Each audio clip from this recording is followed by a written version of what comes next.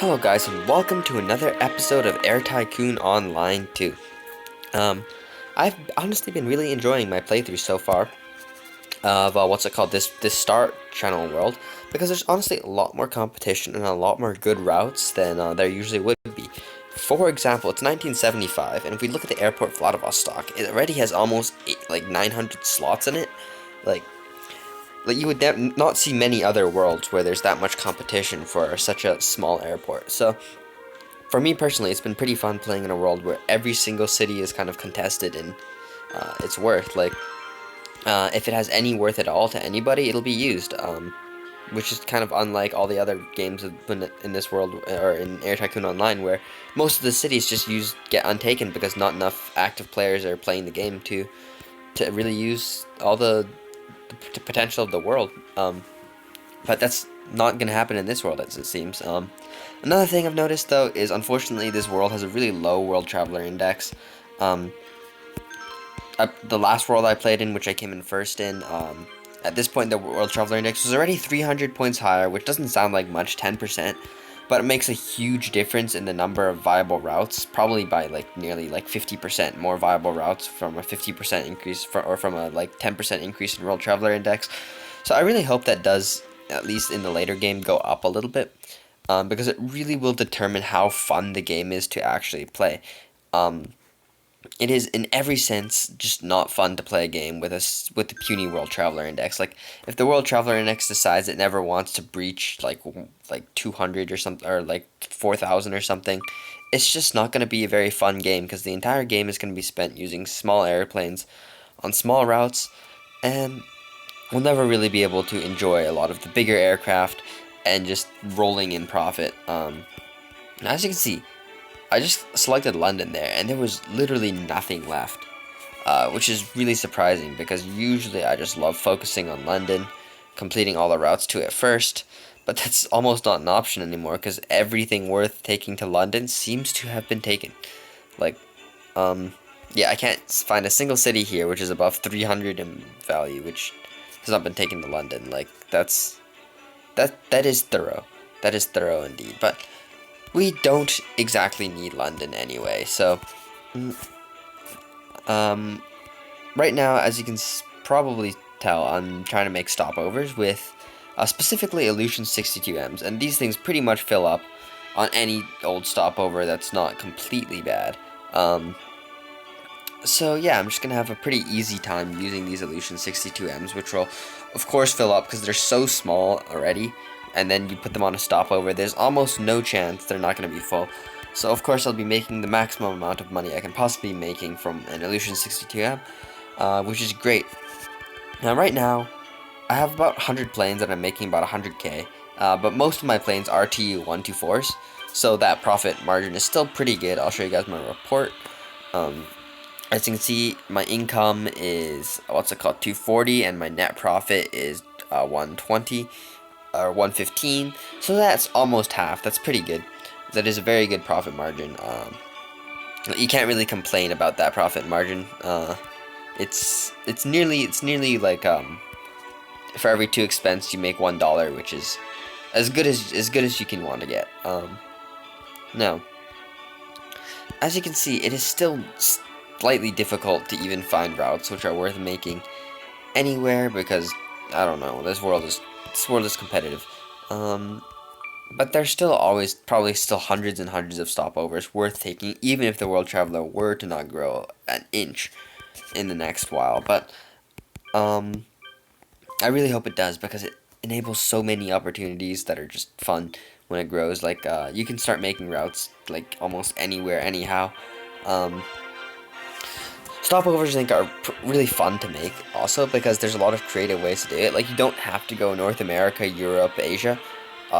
You can also go, from any continent, anywhere, as long as it's over 13,000k. Like, for example, I can do Central America to then Asia, which also works as a stopover. But it's hard to do with Illusion 62Ms because the range is not quite long enough. You need a touch more range to get anything good.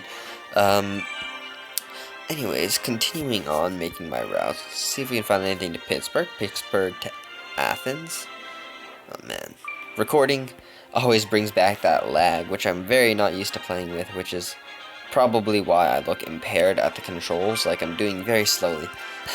I think I'm uploading a video at the same time because that's generally, like, I like to get everything out of the way at the same time, record the video, upload the last video, all at the same time, so then I can just enjoy myself and kind of like play the game, I guess, after, or do whatever I need to do. So, unfortunately, my phone is not the powerfulest anymore, and it lags. uh, if I could get any new phone, I'd probably want like a Samsung Galaxy S7 or something. I really don't like Samsung software, which is the problem.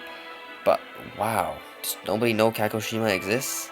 Like, Kagoshima is a great city, and it seems like nobody knows it exists, so that's good. So, yeah, I'll just be happily making my good routes to it. Let's see if I can find something that's not going to be ripping me off. Tampa. Tampa's like a little city which is always there, kind of. It's 300, which is kind of like my standard for a good small city. Like 250 is really pushing the small city limits, but once you have 300, you connect it to any big city and you'll be looking good for profit. Now, the reason why I even care about the size of these routes is these are pretty much going to be the routes where in the future, the routes I'm making right now are going to be the ones which I upgrade to larger airplanes like 767 300s, that kind of larger route. And so I really need like kind of overkill for illusion routes to be able to upgrade those to 767s later on in the game without flying around mostly empty seats, because as you know, empty seats make no money whatsoever. Yeah,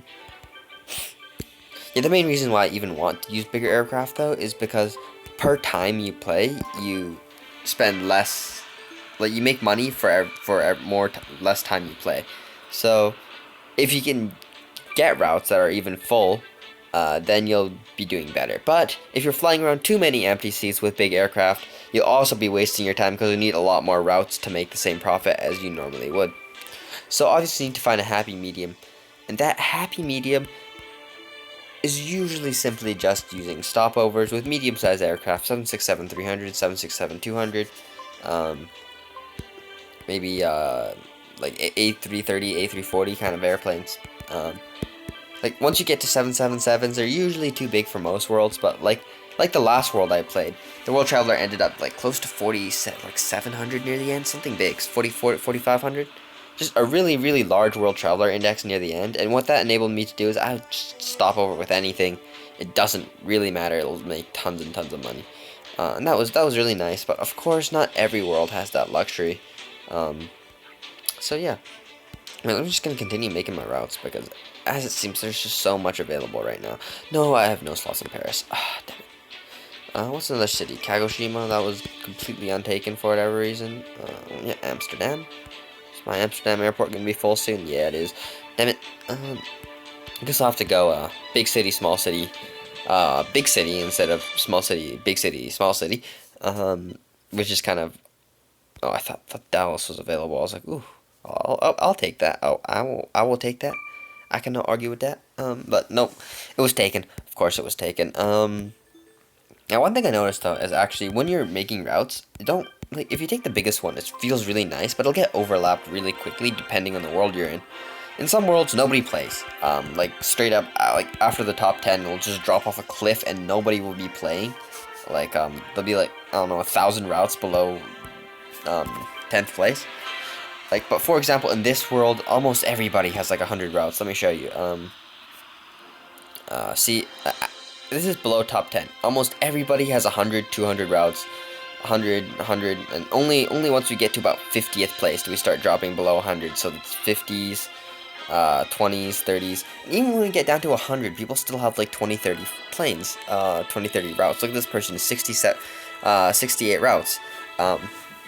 So there's a lot of competition in this world, much more. Like these, especially these pages here of like solid 100 routes each, is more than you'll see in most other servers. And while there's no person who seems spectacularly high in routes with like thousands and thousands of airplanes yet, the people with just all the people with the 1-200 routes add up to be to have a lot and a lot of competition.